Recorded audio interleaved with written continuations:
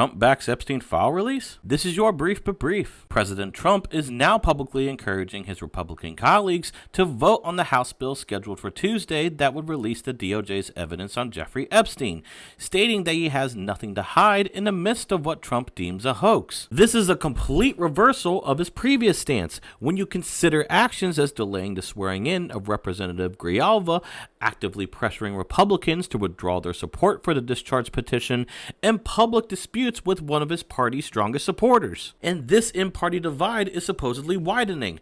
Representative Massey, who was among the 4 Republicans pushing for this petition for a vote, made a statement following the events of the November 12th document dump, saying that he could expect a staggering 100 or more House Republicans voting to push this release through. But even if this bill passed in the House, there were many questions. Trump just opened another DOJ investigation, which, side note, is in response to documents revealed that the DOJ already had in their first investigation, but concluded with no findings or follow-up. Back to my point, even if Congress chose to release these files, the DOJ can stonewall it by claiming these are materials as part of an ongoing investigation. The other question, will Senate Republicans even pass this? There's been no public commitment so far, and you need this many Republicans to cross over. And the final question, would Trump sign this?